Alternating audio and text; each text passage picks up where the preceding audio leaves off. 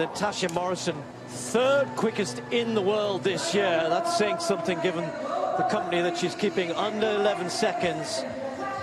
Looks a little chilly here though, was a bit slow than most of the others in the qualifying. Javianne Oliver had a great indoor season, carried that to the outdoors as well. Has looked sharp and made it through without really having to dip. Now Sha'Carri Richardson, the sensation of women's sprinting, made 10:70 and bits look so easy on 3 occasions already this year, sort of times that others only dream of.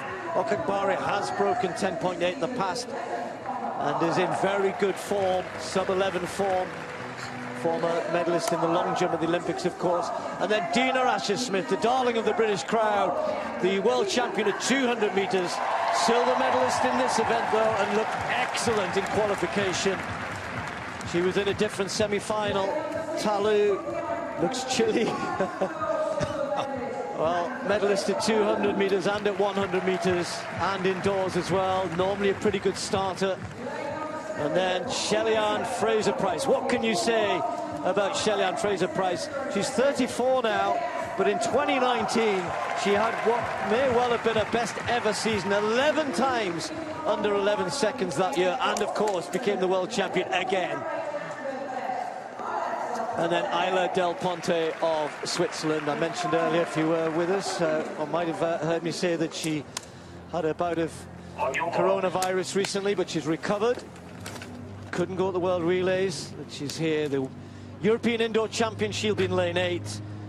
Dina Asher-Smith, world champion. Shelly-Ann Fraser-Pryce, one of the most successful female sprinters of all time. Olympic champion, world champion. And then you've got the quickest in the world at the moment, the world leader, Sha'Carri Richardson. Women's 100 metres. Oh, Okagbare got a blinding start. Richardson got left a little bit. Dina Asher-Smith is out there. And it's Richardson and Dina Asher-Smith. Asher-Smith has the lead in a minute. It's going to be Dina Asher-Smith. She's going to get it. Asher-Smith wins. 11:35. Time not important. All about who won today. They'll all say it doesn't matter right now on a cold evening in Gateshead in May, because they'll all come back together, we would think, at the Olympics. But goodness me, she looked good in the semi-final. She looked the best, you have to say that. She's contended with the conditions. She's contended with this great field she had to face here. The time, of course, not quick in the wet and the rain and the wind, but she was sharp, Tim, very good. Brilliant start from Asher-Smith, then fourth from left, yet dwarfed, of course, by Okagbare. But look at Richardson, coming strong late, and I thought with about 40 to go, Richardson might pull her back. But no, Dina stayed very strong all the way through to the line. She comes here so fresh, Steve. Don't forget, she said she hardly raced last year, apart from some minor races, to give herself a mental break as much as anything else, and it seems to have paid dividends. And she takes the win very comfortably indeed against a top field. You think the World 100 champion, World 200 champion, the world #1, umpteen others with very, very fast personal best in that race, but Dina has won that by distance. British win in British weather. Shining through the rain though, Dina Asher-Smith, and that will give us so much confidence. As I said, the time doesn't matter. It's, as Tim was mentioning, you're winning against a stellar field here, and it's such an important year. Yes, Richardson will say I've flown in, and you know, these weather conditions, I'm sure none of them have enjoyed, but Dina Asher-Smith steps up and wins 11:35, as we were saying, a clear margin between her and the others. Ta Lou just getting ahead of Fraser-Pryce to take third in 11:48 to 11:50. The women's 100-meter showdown at the 2021 Diamond League in Gateshead unfolded under a punishing mix of cold rain and swirling winds. The conditions were far from ideal for sprinting, yet the track featured a constellation of global stars, all braving the elements to prove their mettle. Despite the dreary weather, the race quickly became a testament to grit, precision, and sheer determination, with athletes accustomed to the blazing heat of championship finals now confronting a chill British evening. The lineup was dazzling. Natasha Morrison, one of the season's fastest sprinters, stood ready alongside America's Javianne, whose indoor prowess had turned heads throughout the year. Blessing Okagbare, the Nigerian dynamo and former Olympic long jump medalist, brought raw power to the start line, while Marie-Josée Ta Lou, Côte d'Ivoire's sprinting sensation, carried a medal-laden reputation in both the 100 and 200 meters. The legendary Shelly-Ann Fraser-Pryce, a multiple-time world and Olympic champion, added gravitas and experience, yet the spotlight inevitably focused on Sha'Carri Richardson, the American phenom, and Britain's own Dina Asher-Smith, reigning world 200-meter champion and local favorite. When a starter's pistol cracked through the damp air, the harsh conditions were immediately evident. Okagbare surged aggressively from the blocks, while Richardson appeared momentarily hesitant, losing precious ground in the opening strides. Asher-Smith, however, asserted herself from lane 4, combining explosive acceleration with flawless technique. Her start was both powerful and measured, and as the rain hammered down, she maintained impeccable form. Richardson fought back fiercely in the final 40 meters, but Asher-Smith's rhythm proved unshakable.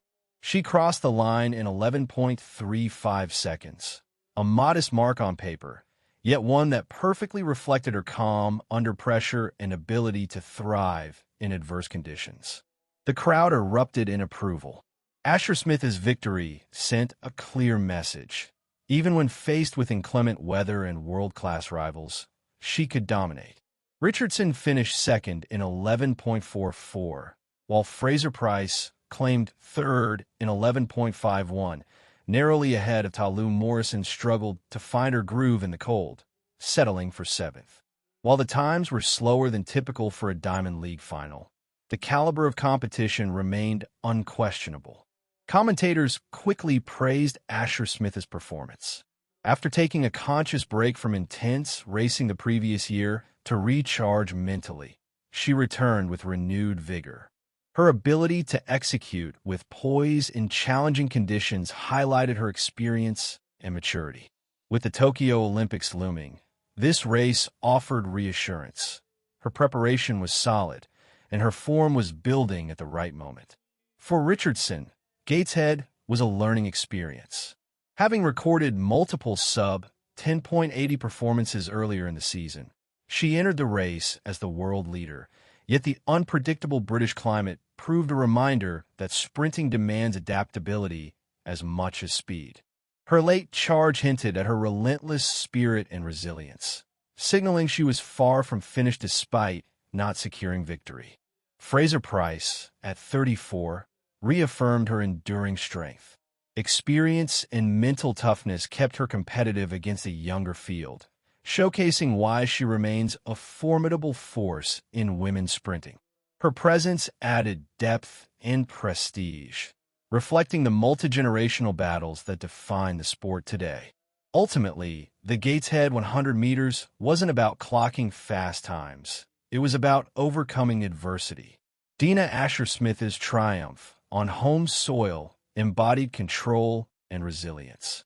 Amid the rain, wind, and mounting pressure, she reminded the world why she is one of the most technically precise and mentally strong sprinters of her era.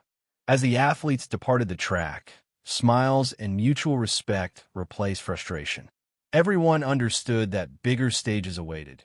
Yet for one rainy evening in Britain, Dina Asher-Smith reigned supreme, conquering the 100 meters with elegance, power, and unyielding determination.